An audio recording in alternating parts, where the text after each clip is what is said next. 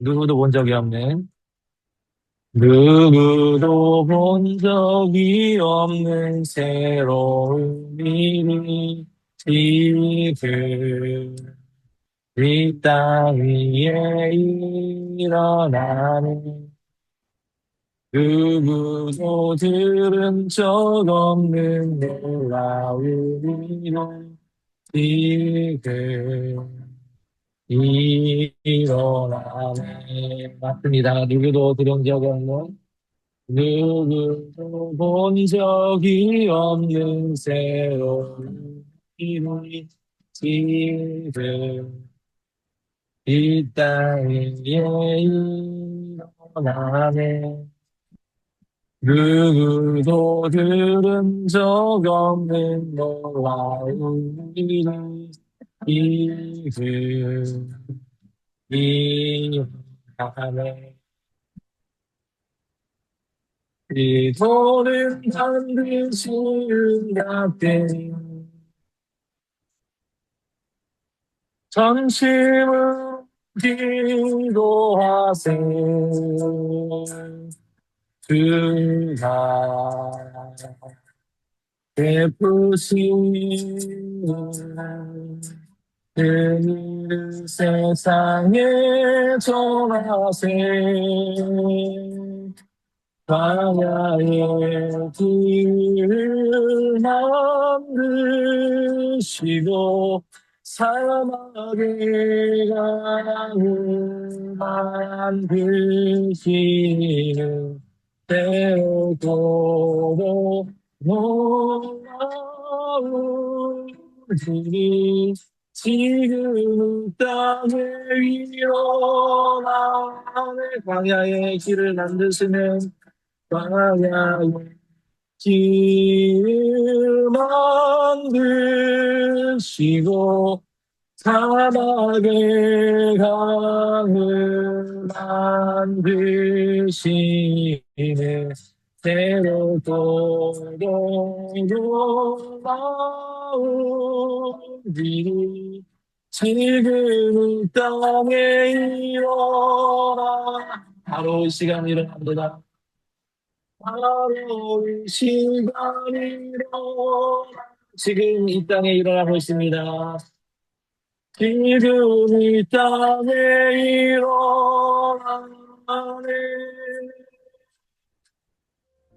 하나님, 그렇습니다. 오늘도 광야의 길을 내시는 우리 하나님, 사막의 강을 내시는 우리 하나님, 그 하나님의 놀라운 역사하심이 오늘 우리의 삶 가운데 일어나고 있음을 믿습니다. 그 은혜를 체험하며 오늘도 살아가는 우리의 이 10년 가운데 더 큰 은혜로 부어 주시옵소서. 감사드리며 예수님의 이름으로 기도합니다. 아멘. 사도신경으로 우리 신앙을 고백하겠습니다. 나는 전능하신 하나님 아버지, 전체 창조주를 믿습니다. 나는 그의 유일하신 아들, 우리 주 예수 그리스도를 믿습니다. 그는 성령으로 잉태되어 동정녀 마리아에게서 나시고 본디오 빌라도에게 고난을 받아 십자가에 못 박혀 죽으시고 장사된 지 사흘 만에 죽은 자 가운데서 다시 살아나셨으며 하늘에 오르시어 전능하신 아버지 하나님 우편에 앉아 계시다가 거기로부터 살아있는 자와 죽은 자를 심판하러 오십니다. 나는 성령을 믿으며 거룩한 공교회와 성도의 교제와 죄를 용서받는 것과 몸의 부활과 영생을 믿습니다. 아멘. 우리 서로를 축복하는 시간 갖겠습니다. 축복합니다. 네, 축복합니다. 축복합니다. 네, 기도하겠습니다. 하나님 감사합니다. 오늘 삶의 주인 되신 하나님 앞에 우리 모두 나왔습니다. 주님을 예배하며 주님 앞에 우리의 모든 것을 올려드리는 이 예배를 우리 주님께서 받으시고 오늘도 우리 가운데 한량없는 하나님의 은혜를 부어 주시옵소서. 그 은혜를 사모하는 모든 심령 가운데 차고 넘치는 주님의 은혜를 부어주시고 우리 각 심령이 이 시간도 주님의 성령의 능력으로 힘입어 그 충만함을 누리며 주님과의 깊은 관계 안에서 누리는 참된 기쁨과 평안을 누리는 복된 시간이 되게 하여 주옵소서. 하나님, 한 주간을 살아가며 우리의 연약함들이 많이 있었습니다.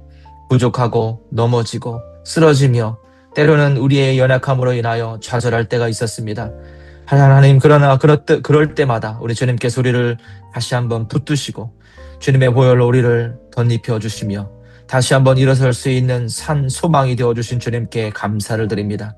주님, 날마다 우리가 쓰러지고 연약한 존재로 살아가는 이 땅을 살아가는 존재이지만 그럼에도 불구하고 우리보다 강하시며 이 땅을 주관하신 하나님을 의지하여 살아가는 복된 인생이 되었습니다. 주님, 참으로 감사를 드립니다. 이 기쁨과 은혜 가운데에서 날마다 살아가고 또 그 기쁨으로 인하여 다른 사람들에게 그 하나님의 사랑과 은혜를 나눠줄 수 있는 축복의 통로로 살아가게 하여 주시옵소서. 오늘도 하나님 말씀을 기대합니다. 주신 말씀 붙들고 한 주간을 살아갈 때 그 말씀에 살아있고 운동력 있는 놀라운 역사를 우리의 삶에서 경험케 하여 주옵소서. 특별히 하나님께서 우리에게 새 힘 주셔서 자녀를 양육할 때, 또 우리에게 맡겨진 사명을 감당할 때, 또한 우리에게 주어진 영혼들을 향하여 그들을 품고 기도할 때 우리의 심령이 다시 한번 주님의 능력으로 새로워지고 또 그 능력으로 힘입어 맡겨진 것들을 능히 감당할 수 있게 하여 주옵소서. 감사드리며 예수님의 이름으로 기도하였습니다. 아멘. 네, 오늘 하나님 말씀 보겠습니다. 네, 오늘 하나님 말씀은 사무엘하 6장에서 보겠습니다. 사무엘하 6장 1절부터 15절까지 말씀입니다. 사무엘하 6장 1절부터 15절까지 말씀을 같이 교독해서 읽겠습니다. 다윗이 이스라엘에서 뽑은 무리 3만 명을 다시 모으고 다윗이 일어나 자기와 함께 있는 모든 사람과 더불어 바알레 유다로 가서 거기서 하나님의 궤를 메어오려 하니 그 궤는 그룹들 사이에 좌정하신 만군의 여호와의 이름으로 불리는 것이라. 그들이 하나님의 궤를 새 수레에 싣고 산에 있는 아비나답의 집에서 나오는데 아비나답의 아들 우사와 아효가 그 수레를 모니라. 그들이 산에 있는 아비나답의 집에서 여호와의 궤를 싣고 나올 때에 아효는 궤 앞에서 가고 다윗과 이스라엘 온 족속은 잣나무로 만든 여러 가지 악기와 수금과 비파와 소고와 양금과 제금으로 여호와 앞에서 연주하더라. 그들이 나곤의 타작마당에 이르러서는 소들이 뛰므로 우사가 손을 들어 하나님의 궤를 붙들었더니 여호와 하나님이 우사가 잘못함으로 말미암아 진노하사 그를 그곳에서 치시니 그가 거기 하나님의 궤 곁에서 죽으니라. 여호와께서 우사를 치심으로 다윗이 분하여 그곳을 베스 우사라 부르니 그 이름이 오늘까지 이르니라. 다윗이 그날에 여호와를 두려워하여 이르되 여호와의 궤가 어찌 내게로 오리오 하고 다윗이 여호와의 궤를 옮겨 다윗성 자기에게로 메어 가기를 즐겨하지 아니하고 가드 사람 에봇 에돔에 여호와의 궤가 가드 사람 오벳 에돔의 집에 석 달을 있었는데 여호와께서 오벳 에돔과 그의 온 집에 복을 주시니라. 어떤 사람이 다윗 왕에게 아뢰어 이르되 여호와께서 하나님의 궤로 말미암아 오벳 에돔의 집과 모든 소유의 복을 주셨다 한지라. 다윗이 가서 하나님의 궤를 기쁨으로 메고 오벳 에돔의 집에서 다윗성으로 올라갈새 여호와의 궤를 맨 사람들이 6걸음을 가매 다윗이 소와 살찐 송아지로 제사를 드리고 다윗이 여호와 앞에서 힘을 다하여 춤을 추는데 그때에 다윗이 배의 옷을 입었더라. 함께 있습니다. 다윗과 온 이스라엘 족속이 즐거이 환호하며 나팔을 불고 여호와의 궤를 메어 오니라. 아멘. 오늘 말씀은 참 우리에게 시사하는 바가 참 많은 것 같습니다. 사실 언약궤가 이스라엘 백성들에게는 굉장히 중요하지요. 그런데 그 언약궤가 왜 중요하냐면 그곳에는 하나님의 임재가 있기 때문이죠. 그 임재를 경험하는 것은 우리가 누릴 수 있는, 하나님의 백성이 누릴 수 있는 최고의 복입니다. 그 하나님의 임재를 경험하며 살아가는 삶, 그것이 하나님의 백성으로서는 가장 큰 축복이요 은혜이지 않을까 싶습니다. 다윗은 사울 왕에 이어서 이스라엘 왕이 되죠. 그런데 사울 왕으로부터 물려받은 이스라엘 그 나라는 총체적 난국이었습니다. 왜 그러냐면 외부로부터는 블레셋 군대가 호시탐탐 이스라엘을 노리고 있었습니다. 그리고 내부에서는 지파들 간에 분열이 너무 극에 달한 거예요. 정말 이쪽에 있는 사람들은 다른 쪽에 있는 사람들을 험담하고, 그리고 서로 못 죽여서 안달이고, 뭐 이런 상황들이 펼쳐지고 있었던 그런 상황이었습니다. 다윗은 자기의 힘으로 안 된다는 그걸 너무 잘 알았어요. 하나님 앞에 그래서 어떻게 했냐. 내 힘으로 안 되니까 하나님 앞에 엎드러질 수밖에 없었죠. 하나님 앞에 엎드리지 않으면 이 나라를 이끌어갈 수 없다라는 사실을 그가 너무 잘 알았기 때문입니다. 흩어진 족속을 하나 되게 하는 것, 오직 하나님뿐임을 다윗은 너무 잘 알고 있었습니다. 그래서 다윗은 자신의 힘이 아니라 하나님의 능력을 구하고 하나님의 임재가 있는 언약궤를 이스라엘의 중심에 가져오기로 결정합니다. 시온산의 법궤를 모셔옴으로 인해서 온 이스라엘이 하나님 중심으로 하나 되게 하는 것, 그것이 법궤를 옮겨오는 가장 큰 목적이었습니다. 이곳에 함께 예배드리는 모든 성도님들, 우리의 삶에서 정말 중요한 것은 문제 해결의 방향성입니다. 우리 모두는 문제를 직면하는데 그 문제를 해결하는 방향성은 사람마다 다 다릅니다. 세상은 너 스스로를 믿으라고 이야기합니다. 요즘 시대에 더 그런 것 같아요. 자신에 대한 신뢰, 누구도 믿지 말고 오직 너 자신을 믿어라. 뭐 이런 이야기를 영상에서도 많이 하는 것을 듣습니다. 돈의 힘, 만몬의 힘을 믿으라고 이야기합니다. 그래서 더 많은 돈을 모으고요. 어린 친구들도 어떻게 하면 더 많은 돈을 모을까 고민하고 있죠.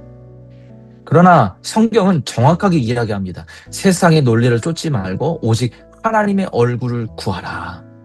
나 자신을 주목하지 말고 오직 하나님께 시선을 고정하라고 분명히 말씀하고 계십니다. 우리 성도님들, 다윗이 직면한 것처럼 우리 앞에도 헤쳐나갈 수많은 일들이 있죠.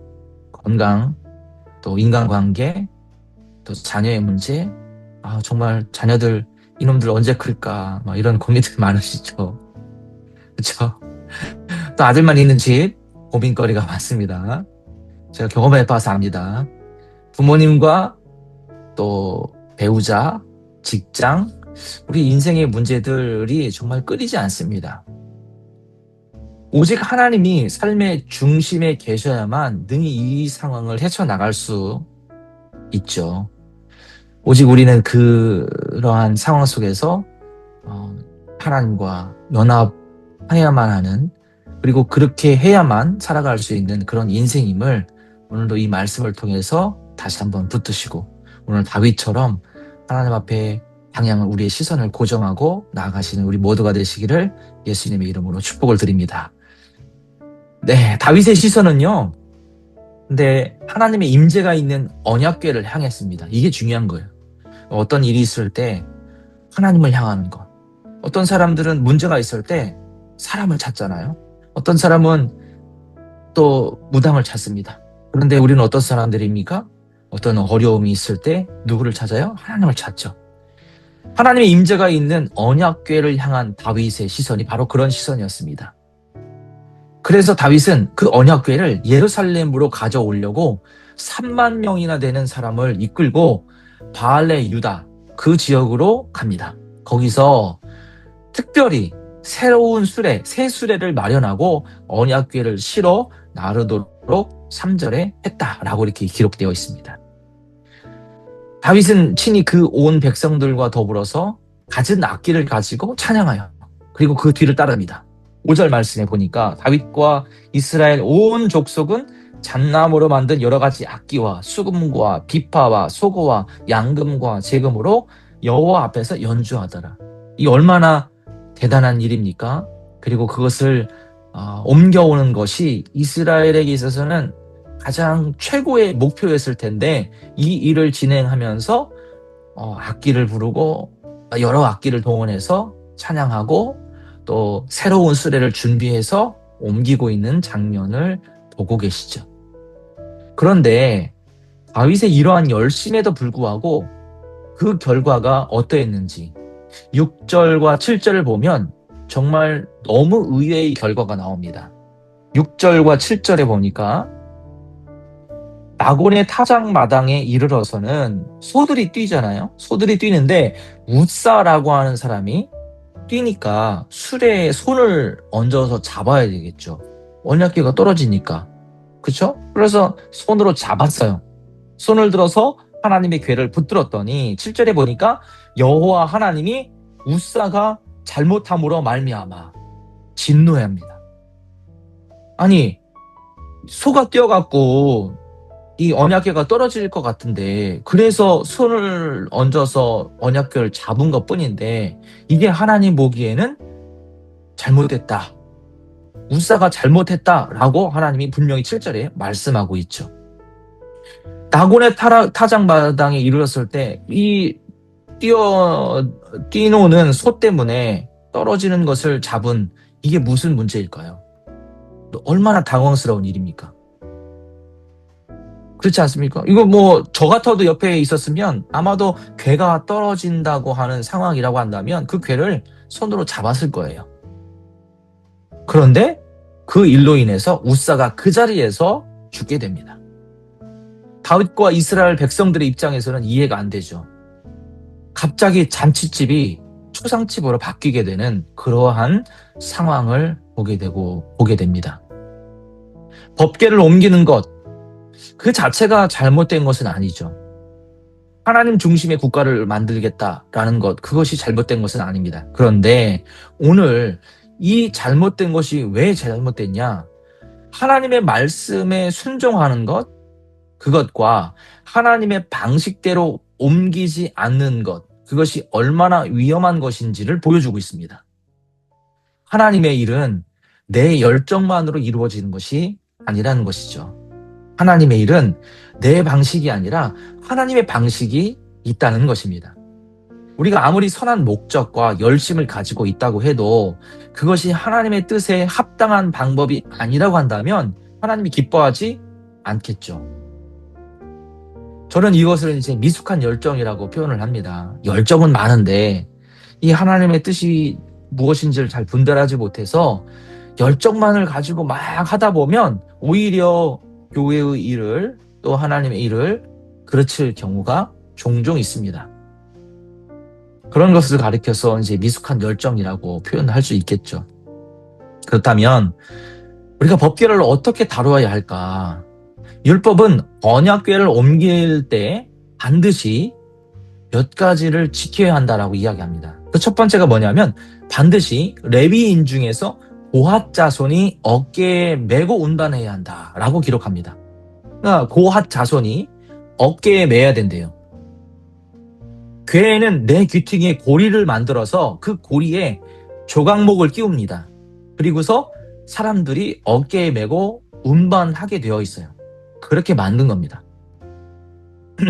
그래서 출애굽기 25장 13절 15절에 보면 조각목으로 채를 만들어 금으로 싸고 그 채를 궤 양쪽 고리에 끼워서 궤를 매게 하고 채를 궤의 고리에 꿰는 대로 두고 빼내지 말지며 그렇게 만든 움직이는 언약궤는요 레위의 둘째 아들이었던 고핫 자손이 운반해야 했어요.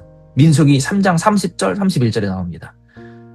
고핫 사람의 종족과 조상의 가문의 지휘관이 될 것이며 그들이 맡을 것은 증거궤와 상과 등잔대와 제단들과 성소에서 봉사하는 것, 쓰는 기구들과 휘장과 그것에 쓰는 모든 것이며 누가 옮기는 것입니까? 고핫 사람이 맡은 거예요, 이게. 그런데 다윗은 언약궤를 수레에 실어 옮기고자 한 거예요. 야, 이렇게 하면 하나님 더 기뻐하시겠지. 내가 새로운 수레를 만들어서 언약궤를 그렇게 모시면 너무 좋겠지. 지금으로 생각하면 이겁니다. 마치 언약궤를 우리가 그 사람들이 언약 등에 짊어지고 옮겨야 되는데 리무진으로 언약궤를 옮기면 하나님이 너무 좋겠지. 그래서 리무진을 막 대여하는 거랑 똑같은 거예요. 그런데 하나님이 원하시는 것은 하나님의 뜻은 하나님의 말씀은 그것이 아니라 고핫 자손들이 어깨에 메고 옮기는 것이었습니다. 우리 성도님들 아무리 우리의 동기와 목적이 좋다 할지라도 하나님을 섬기는 것에 있어서 그 과정이 하나님의 말씀을 따라 행하는 것이냐, 그렇지 않느냐에 따라서 하나님이 기뻐하실 수도 있고 그렇지 않으실 수도 있다는 것입니다. 그 가장 좋은 예가 가인과 아벨의 예입니다. 똑같이 열심을 드렸죠. 뭐 가인인들 대충 해서 예배를 드렸겠습니까? 그런데 똑같이 열심을 다해서 드렸지만 하나님의 뜻대로 드린 제사를 하나님이 받으셨어요. 히브리서 기자가 그렇게 설명하고 있잖아요. 하나님을 믿을 때 내 방식으로 믿으려고 합니다. 하지만 신앙은 내 방식이 아니라 하나님의 방식으로 해야 한다라고 분명히 말씀하고 있습니다. 하나님을 어떻게 섬길지를 모르고 섬기는 것보다 무서운 것이 없습니다. 3만 명을 데리고 언약궤를 옮기는 것? 이거 얼마나 큰 열심이에요. 그렇지 않습니까? 많은 인원들을 동원해서 화려하게 악기도 동원하고 얼마나 대단한 열정을 가지고 지금 언약궤를 옮기고 있습니까? 그런데 그 다윗의 동기가 순수했을 망정 하나님의 뜻에 합당했는가? 하나님의 뜻에 합당하지 않았기 때문에 백성들에게 혼란을 겪게 만든 것이죠. 하나님을 섬기는 것에 있어서 열정만을 가지고 행할 것이 아니라 그 일이 과연 하나님의 말씀에 부합한지를 살핀 다음에 행해야 될 줄로 믿습니다. 우리가 힘써서 여호와를 알자라고 얘기하죠. 매일매일 큐티하는 것, 또 하나님의 말씀을 읽고 묵상하는 것. 왜 그렇게 할까요? 하나님을 알아가기 위함이죠. 하나님과 깊이 교제하기 위함입니다. 그렇게 하는 이유는 성경을 통해서 더 깊이 하나님을 알고 깊은 관계 안으로 들어갈 수 있기 때문에 우리가 큐티도 하는 것이죠. 성경 말씀도 그렇게 해서 읽는 것입니다. 더욱 열심을 내서 하나님을 알아가야 합니다. 왜 그럴까요? 하나님의 뜻에 맞지 않는다면 우리의 열심은 하나님을 기쁘시게 하여 드릴 수 없기 때문입니다. 미숙한 열정으로 인해서 1차 언약궤 운반은 실패로 돌아갑니다. 그래서 다윗성으로 옮기는 것을 중단하고 유대 지역에 가드라고 하는 곳이 있습니다. 그 가드에 있는 레위 사람이 있는데 그 레위 사람의 이름이 누구냐면 오벳 에돔입니다. 그 사람의 집으로 잠시 언약궤를 옮겨 놓습니다. 10절 말씀입니다. 다윗이 여호와의 궤를 옮겨 다윗성 자기에게로 메어 가기를 즐겨하지 아니하고 가드 사람 오벳 에돔의 집으로 메어 간지라. 지금 이 상태에서 더 진행을 하면 더 많은 사람들이 죽을 것이다 라고 하는 두려움이 엄습했던 거죠. 그래서 오벳 에돔의 집에 임시로 그곳에 이 언약궤를 두게 됩니다. 사실 오벳 에돔은 레위인이기는 하지만 고핫 자손은 아닙니다. 그런데 하나님의 궤가 오벳 에돔의 집에 석 달을 머물게 되는데 11절에 보니까 어떤 현상이 일어났습니까? 11절 읽어볼게요. 같이 읽습니다. 시작. 여호와의 궤가 가드 사람 오벳 에돔의 집에 석 달을 있었는데 여호와께서 오벳 에돔과 그의 온 집에 복을 주셨어요. 어떤 복인지에 대해서는 구체적으로 언급되어 있지 않습니다. 근데 우리가 잠깐 생각해 볼까요? 무엇이 복일까요? 어떤 게 복일까요? 어떤 복을 받았을 거라고 생각하십니까? 갑자기 박넝쿨을 따갖고 박을 썰었는데 그 안에서 황금이 막 터져 나왔습니까? 이게 복일까요? 그렇게 되면요, 오벳 에돔의 집이 분란이 일어날 거예요. 아마 이건 내 거야, 네 거야 하면서. 우리가 어떤 복일까 한번 생각해 보면 좋을 것 같아요. 물론 하나님께서 그 가정에 정말 차고 넘치는 공급하심이 있었을 거라고 확신합니다. 근데 진짜 복이 무엇일까? 어떤 삶이 축복된 삶일까? 우리가 이걸 생각해 본다면 시편에 이런 말씀이 있습니다. 73편 28절 하나님께 가까이함이 내게 복이라. 내가 주 하나님을 나의 피난처로 삼아 주의 모든 행적을 전파하리이다. 신명기 2장 7절입니다. 여호와께서 내가 하는 모든 일에 내게 복을 주시고 내가 그 이 큰 광야에 두루다님을 알고 내 하나님 여호와께서 이 40년 동안을 너와 함께 하셨으므로 내게 부족함이 없었느니라. 하나님이 우리와 함께 하심으로 내가 부족함이 없었다. 오늘 이 두 가지 말씀을 볼 때 하나님을 가까이 함이 우리 모든 심령들에게 가장 큰 복인 줄로 믿습니다. 왜냐하면 하나님은 그 복 자체이기 때문입니다. 그분이 우리와 함께 하기에 하는 모든 일에 복을 주시고 우리의 손이 닿는 모든 일에 그 복이 흘러가게 하셨습니다. 그래서 하나님과 함께하면 우리에게 주어지는 복이 있습니다. 뭘까요? 첫 번째로 분명히 성경에서 말씀하고 있는 첫 번째 복은 영원한 생명이 주어지는 복입니다. 예수님이 우리와 함께 하시면 우리는 영원한 생명을 받게 됩니다. 우리 모두 은혜를 입은 자가 아닌가요? 에베소서 1장 3절 하늘의 신령한 복이라고 하잖아요. 하늘에 속한 신령한 복. 그 복을 누리는 사람들이에요. 이것을 우리 마음속에 이 마음이 가득 차면 지금 일어나는 자그마한 일들에 우리의 시선을 뺏기지 않습니다. 영원한 복을 소유한 자의 여유, 우리는 그런 여유가 있어야 돼요. 하늘에 속한, 하늘의 생명을 누리는 그러한 여유로운 자의 마음을 우리가 함께 소유하고 있습니다. 그 은혜가 우리 가운데 주어진 첫 번째 복입니다. 두 번째 복은요, 하나님과 함께 현재를 살아가는 것, 그것이 진정한 의미에서의 복입니다. 축복입니다. 창세기 3장에서 죄를 범한 인간에게 주어진 대가가 있었습니다. 그 대가가 뭘까요? 관계의 단절입니다. 에덴 동산에서 쫓겨나죠. 하나님과의 관계 단절을 맛보게 되는 것. 이게 인간으로서는 가장 큰 화입니다. 반대로 하나님과 현재를 함께하며 살아간다? 그것만큼 큰 복은 없죠. 이 관계 하나면 충분하거든요. 가난할지라도, 약할지라도 내가 주님과 함께한다면 여전히 나는 강한 자이죠. 가난할지라도 주님이 나와 함께 하시기 때문에 우리는 부유한 자입니다. 그런 삶이 우리에게 주어진 삶입니다. 사랑하는 성도님들, 여호와를 가까이 하십시오. 그분과의 관계를 오늘 누리며 살아가시기를 예수님의 이름으로 축복을 드립니다. 아멘. 여호와를 가까이 함이 내게 복이라. 자, 다시 본문으로 돌아가서요. 다윗이 오벳에돔과 그의 온 집이 복을 받았다는 사실을 듣고서 하나님의 궤를 다시 예루살렘으로 옮기는 결단을 합니다. 철저히 분석했겠죠. 말씀을 연구했을 겁니다. 제사장들에게 야, 이게 뭐가 문제야? 말씀을 다시 봐. 말씀으로 돌아가서 그 말씀에서 이 언약궤를 옮기는데 어떻게 해야 되는지를 좀 자세히 좀 알아봐줘.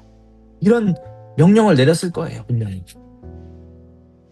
법궤 자체가 문제가 있는 것이 아니라는 사실을 그 결과로 그들이 얻어냈을 거예요. 그래서 말씀대로 어떻게 하면 이것을 옮길 것인가, 이것을 고민하고 그것을 실행에 옮깁니다. 12절 후반부에 보면 이런 말씀이 있습니다. 다윗이 가서 하나님의 궤를 기쁨으로 메고 오벳 에돔의 집에서 다윗 성으로 옮겨갈세. 그 다음에 어떻게 합니까?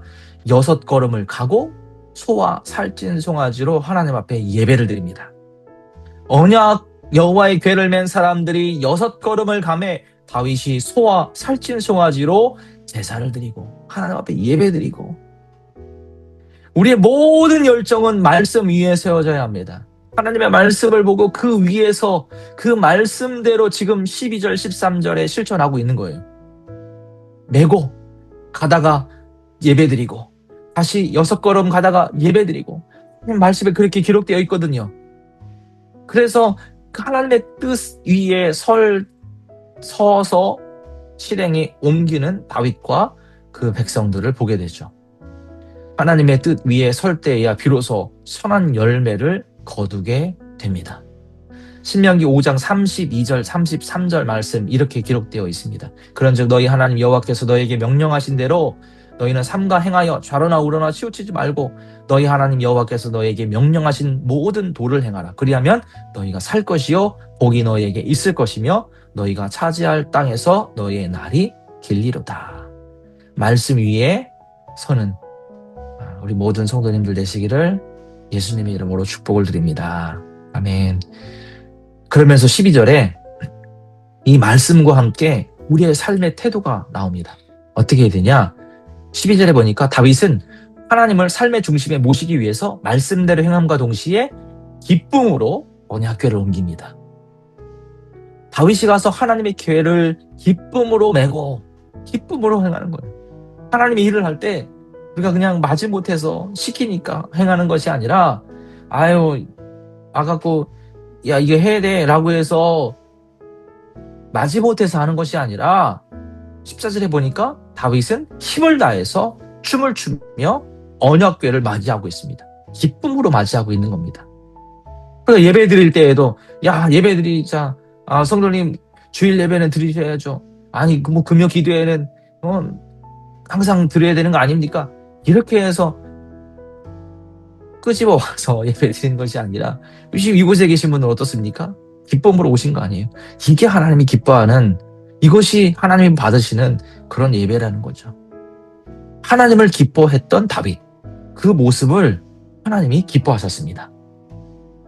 기뻐하는 것은 마음에 받아들인다는 뜻이죠. 내 마음을 내어드린다는 것입니다. 다윗은 자신의 온 마음을 하나님 앞에 내어드리고 하나님의 통치를 받아들였습니다. 우리 성도님들, 마음을 들이지 않는 행위의 기쁨이 결여되는 모든 상태는 하나님의 무관심이라는 결과만을 낳습니다. 오직 하나님을 즐거워하시기 바랍니다. 주의 일을 행할 때 기쁨으로 감당하실 수 있기를 소망합니다. 여러분이 우리 삶의 모든 일에 행하는 그 모든 일이 하나님의 일입니다. 아이를 돌보는 거 주의 일이죠. 그렇죠? 사람들을 섬기는 거, 숍에서 사람들을 섬기는 거, 그 주의 일입니다. 공방에서 뜨개질하는 거, 다 주의 일입니다. 모든 순간에 기쁨으로 감당할 때 하나님이 저와 여러분의 삶을 통치하게 되실 것입니다. 아멘. 주님을 삶의 중심에 모신다는 것, 그분의 통치 안에 들어가는 것입니다. 그분의 통치 안에 거할 때 하나님께서 우리 삶에 간섭하기 시작하십니다. 다윗은요, 하나님의 궤에 대한 본질을 말씀을 통해서 붙들었습니다. 하나님을 삶의 중심에 모실 때 그분의 통치가 임하고 그 통치 안에 있을 때에만 비로소 참된 복을 누릴 수 있음을 알았던 것이죠. 그 본질을 붙들면 하나님께 인정받을 줄로 믿습니다. 한낱 목동에 불과했지만 하나님의 생명력의 소중함을 알고 그 생명력을 얻고 누리기 위해서 열정을 다했던 다윗과 같이 우리 하나님이 우리의 삶의 중심에 있기를 소망합니다. 그래서 저와 여러분의 모든 삶이 다윗의 길로 걸어가는 다윗과 같은 그런 삶이 되시기를 예수님의 이름으로 축복을 드립니다. 아멘. 기도하겠습니다. 하나님, 우리의 삶의 모습 속에서 때때로 우리의 인간적인 노력과 수고로 감당했던 것들, 이 시간 주님 앞에 내려놓습니다. 이 시간 다윗처럼 하나님 앞에 우리의 방향을 고정하고 또한 하나님의 뜻대로, 말씀대로 기쁨으로 감당하는 삶이 되어 우리의 삶이 하나님 앞에 드리는 산 제사가 되기를 소망합니다. 때때로 연약하고 부족하지만 전심으로 하나님을 기뻐하며 오늘 우리에게 맡겨진 삶에 주님의 말씀대로 행하는 모습을 통해 하나님이 받으시는 예배, 그리고 하나님께 드릴 만한 예배, 하나님께서 기뻐하시는 우리의 삶이 되기를 소망합니다. 주님, 우리에게 성령의 능력을 부어 주시옵소서. 예수님의 이름으로 기도합니다. 아멘. 네, 오늘 예배드리는 분 진심으로 환영합니다. 다음 주일은요, 오프라인 주간입니다. 그래서 우리 함께 예배를 드릴 텐데 진짜 스페셜한 주간입니다. 이때는 저희 집 말고 아그로랜드로 가겠습니다. 예, 지금 되게 좋을 때입니다. 그래서 사람이 거기 엄청 많은데. 야외 예배로 드리도록 하겠습니다. 자, 또 큐티 함께 하면 좋겠습니다. 큐티집 나눠드릴게요. 자, 기도하고 그러면 오늘 예배 마치도록 하겠습니다. 하나님 감사합니다. 우리 삶의 주인 되신 하나님, 하나님을 즐거워하고 기뻐하는 것이 우리의 힘이요 능력임을 이 시간 고백합니다. 우리의 삶의 순간순간 어렵고 힘들 때 주님이 우리와 함께 하시기에 두려워하지 아니하고 또 그 가운데에서도 주님을 의지하며 주님과 함께 동행하는 삶이 되게 하여 주옵소서. 그러한 삶을 살아가고 있습니다. 더 놀라운 하나님의 능력을 체험하며 오늘 우리에게 주어진 삶의 모든 순간순간이 주님과 동행하는 삶임을 잊지 않고 한 주간을 살아가게 하여 주옵소서.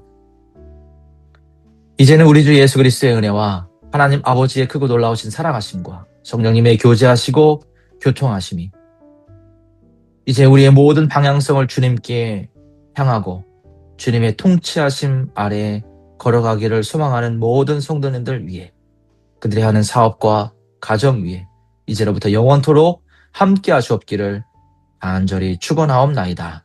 아멘.